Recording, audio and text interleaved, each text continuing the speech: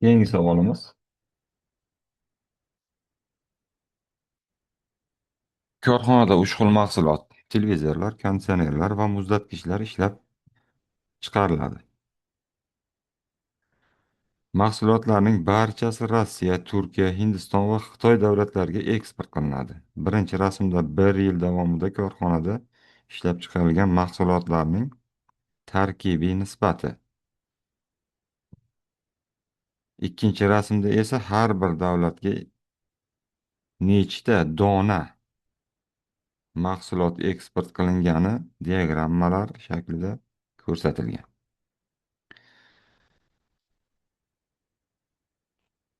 Demak, mana birinchi rasmimiz, bu ikkinchi rasmimiz. Bizdan nimani so'rayapti? Berilgan diagrammalarga ko'ra, quyidagi fikrlardan qaysi biri to'g'ri ekanligini aniqlang. Fikrlardan qaysi biri? Biz bunaqa savollar bo'ladigan bo'lsa, biz bu savollarni javoblarga qarab topamiz, asosan. Endi birinchi biz diagrammalarni o'qib olishimiz kerak. Diagrammalar nima deyapti? Birinchi aytadigan ishimiz, birinchi rasm. Ulushlarda bergan, foizlarda. Mana shuni topib olamiz. Demak, televizor 50% ekan. T qo'yamiz. Televizor 50%. Keyingisi konditsioner debdi. Konditsioner K qo'yamiz. Konditsionerimiz bu 30%. 30%. Xo'sh, keyingisi muzlatgich ekan. Muzlatgichimiz nechi foiz? 20%. 20%.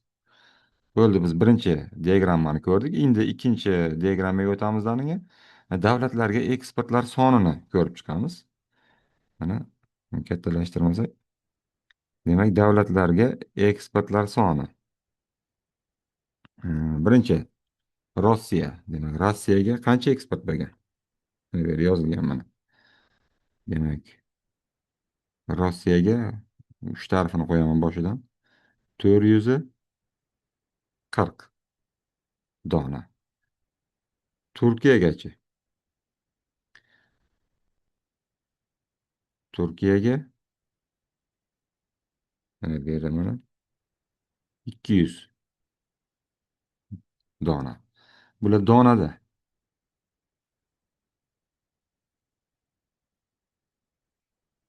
Mana bu yerda aytganku necha dona deb. Keyin uchinchisi Hindiston.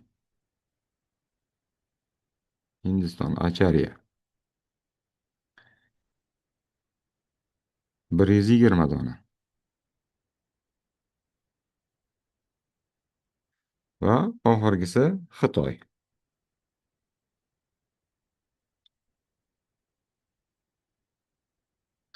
Xitoyga 40 dona. Biz ko'rdik. Endi biz jami mahsulot sonini topishimiz kerak. Jami mahsulotni topamiz. 440, 200, 640, 760. Demak, bu 800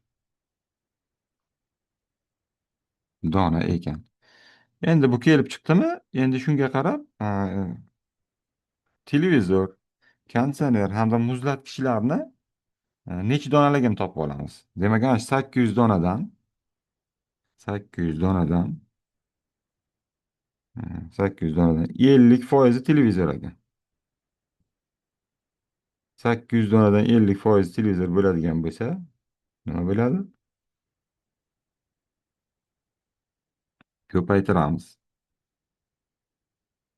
50 ga bu bo'ladi 400 dona. Demak, televizorimiz qancha bo'ldi? Bu yerga yozib qo'yamiz. 400 dona bo'ldi mana. 400 dona bo'ldi televizorimiz. Bu televizor. Endi keyingisi, demak, konditsioner. Konditsionerni topib olamiz. 800 ni ko'paytiramiz. Konditsionerimiz nechi foiz? 30%. Bu ham bo'ladi 200 40 dona. Mana bu 240 dona ekan. Va keyingisi muzlatgich. Xoladelnik. Uni ham ko'paytiramiz. 0,27. Bu ham teng bo'ladi 160 ga. Mana 160 dona muzlatgich ekan. Mana bizda ma'lumotlar kelib chiqdi. Endi javoblarga qaraymiz. Bizga aytyapti, berilgan diagrammalarga ko'ra deyapti, quyidagi fikrlardan qaysi biri to'g'ri ekanligini aniqlang deyapti. Turkiya va Xitoyga eksport qilingan mahsulotlar faqat muzlatgichlardan iborat debdi. Demak, Turkiya bilan Xitoyni olamiz ana endi.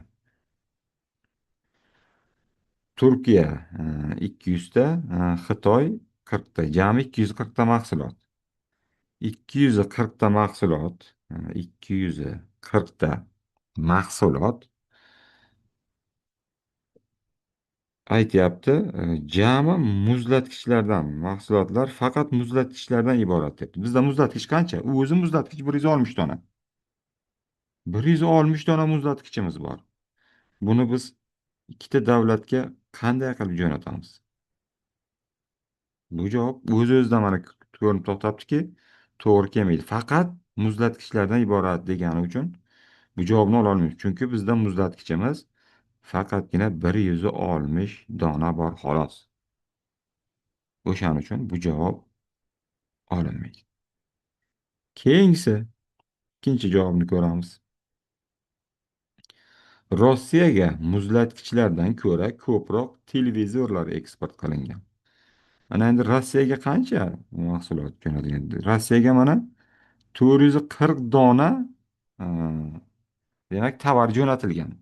Bu yerda aytyapti, muzlatgichlardan ko'ra ko'proq televizorlar eksport qilingan deyilgan. Hozir biz televizorimizni ko'raylik. Televizorimiz 400 dona ekan. Ha, bu bo'ladi. Yaqin. Demak, 400 dona televizor Rossiyaga. Rossiyaga 400 dona televizor jo'natilgan. Yana qancha qoldi bizda? 40 dona qoldi. Demak, 40 dona plus muzlatgich jo'natgan bo'lishi mumkin. Javob shu.